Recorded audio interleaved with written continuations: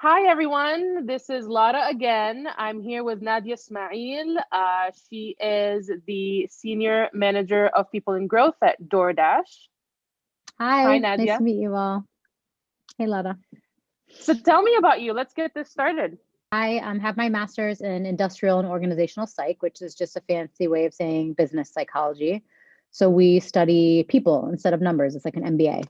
Um, and through that work, I discovered my interest in diversity and inclusion because a lot of studying of people was discovering that there weren't places for me. I'm a Muslim woman, I'm Palestinian, and I'm an American, and all of these intersections um, conflicted a lot in the workplace. So I was working while I was in school and discovered that the environments I were in were like inherently exclusive. Not because I was working with a bunch of racist people, but because they hadn't been around people of color or, the members of LGBTQ community or people that were differently abled. And so through being in those spaces, I stumbled into diversity and inclusion work and moved from working in learning and development, which is what people growth is training, to diversity and inclusion and learning and development. Love it. So tell me about so you work at DoorDash currently, and then you have similar experiences at Patagonia doing the same kind of work. Um, Maybe like walk us through your challenges, your experiences at both places, and then what was the accomplishment that you had at both of these companies? Sure. So coming out of my master's while I was like working in learning and development, I again discovered that I needed to work in diversity and inclusion. And so I committed to myself that I wouldn't take another role unless diversity and inclusion was in its scope. And so when interviewing at Patagonia, the role actually was learning and development, but they, committed to me that I could work on diversity and inclusion. And I was really excited about that. So in my time there, I sat on a diversity, equity, and inclusion council. We started an affinity group of color. But the challenge was that, diversity and inclusion was never a priority for the company. It was a priority for me. And so they gave me permission to do the work.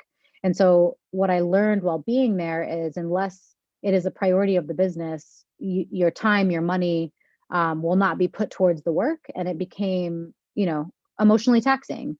So in my spare time, I was building a program on identity, power, and privilege. And I would allow teams to volunteer and take this program. But there was no business metrics tied to it. There was no obligation to attend, and there was no obligation to create change. So, fast forward even to current times, Patagonia is going through a tremendous amount of change because they had an exodus of people of color after I left. There was a lot of awareness that was brought to the lack of progress that they were willing to make. And so now they're really making that change. But I learned in myself through that process, and I hope that you all do as you enter the professional world, that everybody has a role in a movement. And my role was not to convince these people of the importance of the work of inclusion. I needed to be in a space where people understood that that was already important. So fast forward to working at DoorDash, I was introduced to a woman who started a department called Culture, Belonging, and People Growth. And so the work that we do for employee experience, for communication, and for learning and development is all through the lens of diversity and inclusion. So I have permission and mandate to not only teach managers about communication, but through the lens of anti-Blackness, through the lens of, being a parent at work and talking to them through biases that they may run into, working with the recruiting team to make sure that they have mitigating bias trainings for every single function so they understand biases that can come up in engineering or in marketing, talking through, how to build brave spaces is another program that I've built, and really not just talking about inclusive leadership or building a safe space, but a place where people can actually take risk and, feel accepted and actually welcomed to take risk, because failure often leads to growth, right? And leads to innovation. So what I would say my accomplishments are moving through my professional career is that I'm not exactly where I want to be at this point, but I'm trending the right direction. You're finding places that fulfill your vision and your mission and allow you to do your work from a place of, integrity. And that's what I'm really grateful to do here. So Now I've been here for about 2 years, a little bit under 2 years. And the next phase of my work, I will be doing specifically team-based learning and development. So my portfolio will be to create experiences for teams that could be like the leaders of a department, that could be an immediate team, and help them focus on a specific challenge area they may have. So they may come into a training to do communication-based training, not knowing that we're going to talk about social identity, and we're going to talk about the cycle of socialization and how those things impact different communication styles and how it's altering, your experience at work. Because how you work at work is the same way you operate at your dinner table at home. It's the same way that you make decisions going to the voting booth. Like, you can't separate these things. And so we want to make sure that people really think holistically about how they operate and how they walk the world. This work started to be a lot more trendy than it was in the past. Everybody's like, I am for Black Lives Matter, even if they have 0 people of color on their team. So, right. And I've seen this happen in the design industry. I've seen this happen, in the Midwest, all over the country, even all over the world, where everybody's starting to talk about these issues, even though they know it existed for so long, but they decided to just delete it from their mind. How can we really influence with this work and not make it trendy and not make it just about the today? How does this work like live on beyond us and really create change and this ripple effect to people around us, next generation, all of that? When all of the civil unrest happened, like, everybody and their mom, like you said, woke up and decided, like, oh my God, police are hurting people? How did this happen? I need to learn about this. Train me on it. And I would say, bet, what are you going to do on your team if I train you? Right? Like, I will. So it was a wager. Like, how can we create a longer term impact if I give you this experience? Right? To what end am I training you? Are we going to be working together next quarter to make sure that you are improving a structured interview process and incorporating the Rooney Rule, which is a way to ensure that you are bringing in diverse individuals into your panels through every stage of an interview process? Are we, again, going to look at how you're delegating work and see what that delegation map looks like to see if there's opportunities? We have programs of helping elevate, like, women of color at work. Are we going to ensure that you are going to nominate at least a few people on your team to be a part of these programs? So I think the way that we make sure that these things are sustainable is, again, not to be obsessed with that carrot, but look at the people that are really committed to the work. It initially really deterred me that there was like a bunch of people that woke up and decided that they wanted to do this work, right? I was like, who do you think you are? Like, it felt offensive. Like, we've been here doing this work forever. And now, like, because white people are paying attention, suddenly there's like all this momentum. It was hurtful. But instead of looking at it that way, it's important to understand that, like, we need men in a feminist movement. You need white people in a Black movement. As a Palestinian, I need Israelis in a Palestinian movement. It is hard to say those words. It's not comfortable, but it's true. And so figuring out how to set standards and be true to those standards, and then,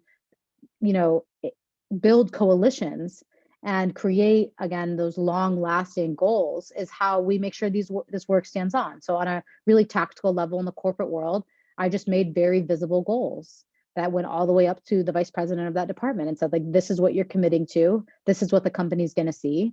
And this is how we're moving the needle, right? And if they weren't committed to it, then they didn't get the training.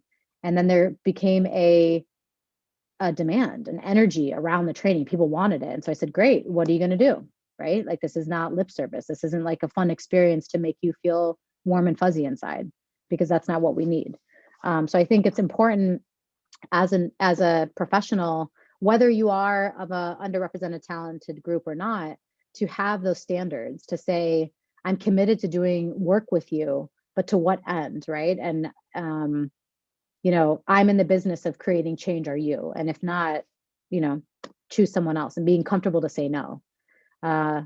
Because it was hard. It's hard to say no when you think that even it could be beneficial for your own career, but then understand, like, what foundation do I want to build my career on, right? Like, is it worth building really strong relationships with people that are actually not going to create change? I don't want that on my track record. I want to, like, build with people that have intention, and maybe they fail, but they try. As a Palestinian American Muslim woman, how does this affect what you do and why you do DEI? And you did mention this a little bit in the beginning, but why does this matter to you to create these brave spaces for whether it's DoorDash or Patagonia or a small business or a nonprofit? Why does it matter? Yeah. So the corny answer is everybody deserves an opportunity to do their best work, right? The real answer is, and I actually heard this something yesterday on Clubhouse. I was listening to a talk on Clubhouse that really resonated with me, which is, like white men in Silicon Valley have been given like an exponential amount of money to just like dream and experiment, and like have been given permission to like take risks and like try things. And other communities that do not represent the majority, again, be it being differently abled, be it being of a different, on the sexual spectrum, be it a person of color, have not been given the opportunity to dream and explore and just permission to innovate. And so collectively as a people, we're just missing out on so many things. We're missing out on solutions. We're missing out on, opportunity to connect. And there's an expression in the DEI world: rising tide lifts all boats.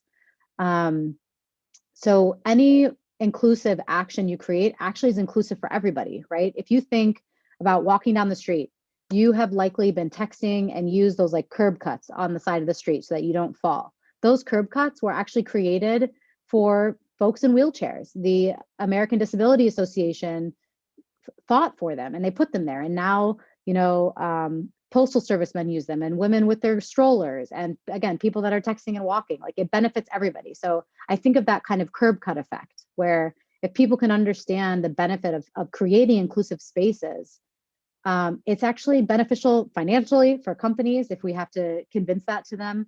It's beneficial for us as the most diverse LGBTQ and POC BIPOC community that's ever entered the workforce.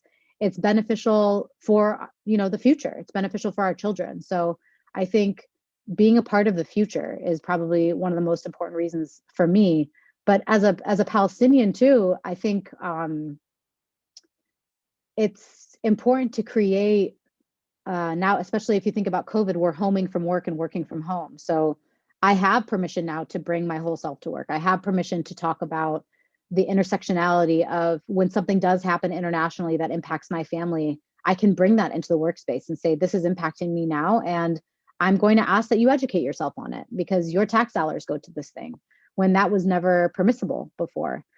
So creating spaces where people can really educate each other and allow people to see their whole selves, not because again it's like corny and soft to like bring your whole self to work, but because it allows you to do better work and it allows you to be happier ultimately at work. I think if I was an undergrad and I heard about somebody doing this work, I would think like, how the heck did you get there? What were the steps that you took to get there? And it was honestly just living a life of truth. That sounds really corny, but I started at like a recruiting firm and I was like a facilitator training sales.